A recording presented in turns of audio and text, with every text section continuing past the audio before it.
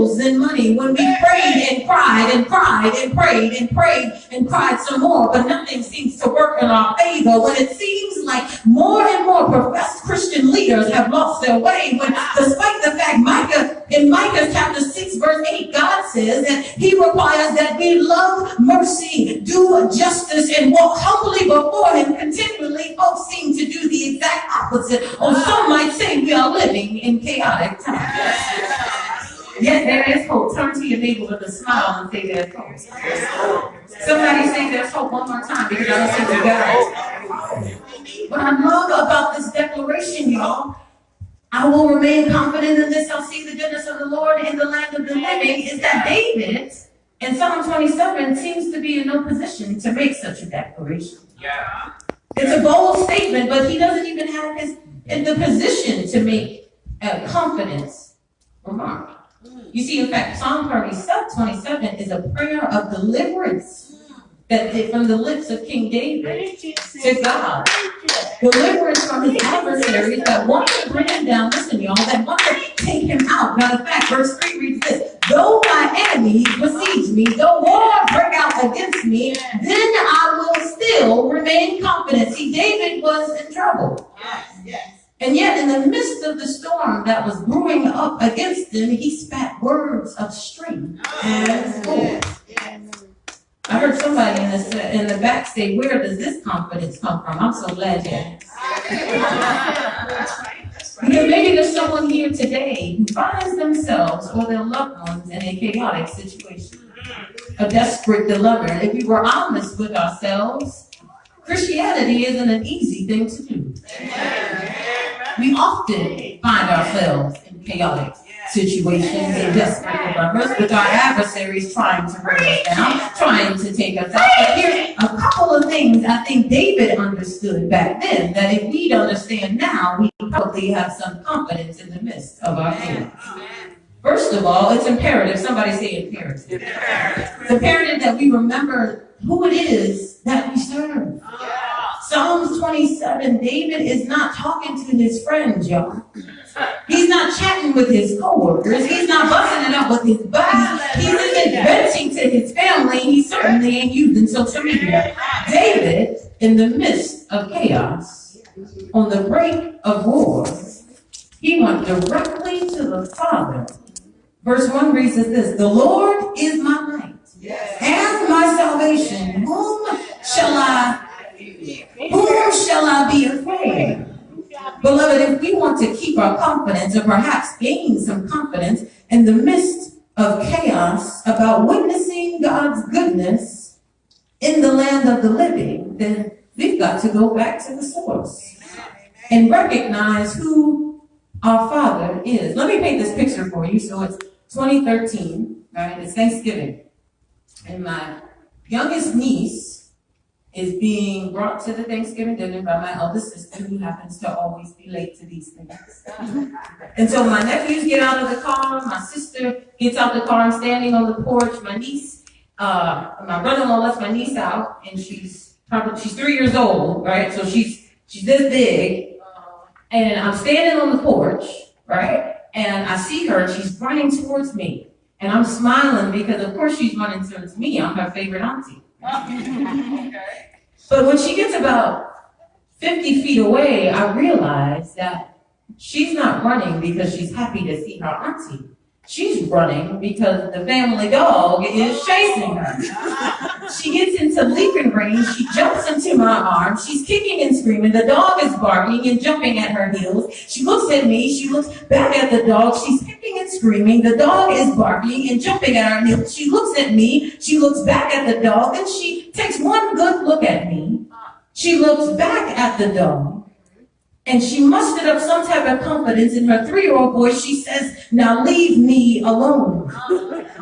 Beloved, what Layla realized is that she's in the safety of her auntie. And her auntie's not going to let no hurt, harm, or danger come behind her. And can I just tell you this, that the dog never stopped barking. Sometimes we're looking for the situation to change before we recognize who our God is. And if we could just be like this 3-year-old and recognize, my God will never let any hurt or harm come upon me, then I'm in the safety safety of his arms. See, David went to the Father first because he realized it don't matter who's barking, it don't matter who's jumping. If I can be in the safety of my Father, because my friends can't deliver me, my family love me, but they can't set me free. They can't do this for me. I have to go to my Father. And by the way, I didn't let the dog jump and bite on me.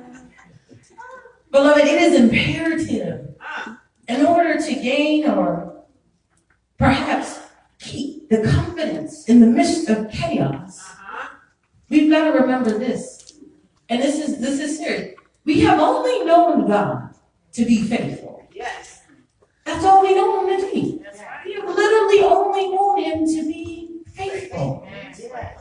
We've only known God to respond to the needs of his children. Yes.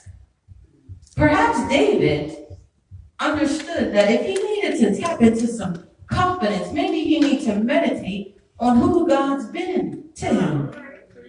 What am I talking about? If God equipped him with exactly what he needed as a shepherd boy to slay Goliath, of course God would be with him now. Or maybe David remembered the stories of Yahweh parting the Red Sea when Pharaoh's armies were closing in. Certainly God would be with him here. David understood that problems might be big, but God is bigger. See, I believe David went back and looked at God's track record.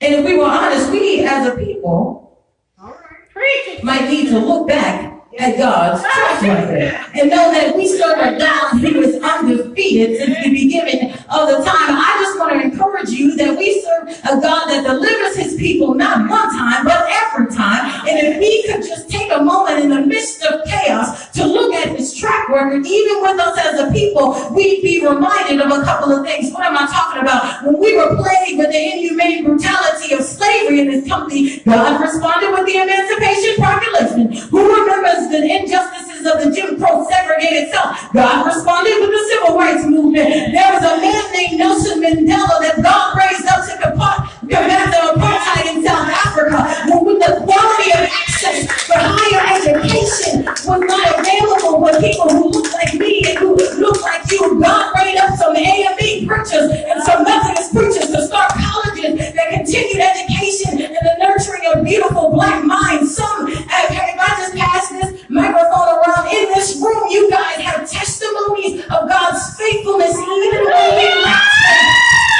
Confidence in the midst of chaos is hope for the hopeless, and it comes from understanding that if there's a problem, God can solve it. If there's a question, he will answer it. If there's a burden, he will bear it. If there's a need, he will meet it. He provides protection for the vulnerable, love for the unloved, peace in chaos. David understood that if we just don't just serve a God who sits high and looks low, wherever he gets down in the valley with us. How do we know this? I'm so glad you asked. John chapter 1 verse 14 says the word became flesh and then dwelt among us. And I love the Amplified version. It says the word became flesh and then moved into our neighborhood. And we were honest, sometimes we need God to move into our neighborhood, in our marriages, in our relationships. We need God to move into our neighborhood with the education of our children. We need God to move into the neighborhood in our families. We need God to move into the neighborhood to mend broken relationships, to heal the hurting. We need God to move into the neighborhood to deliver the bound and set the captive free. We need God to move into the neighborhood. David understood that. That's why he addresses God first. He don't go to nobody else.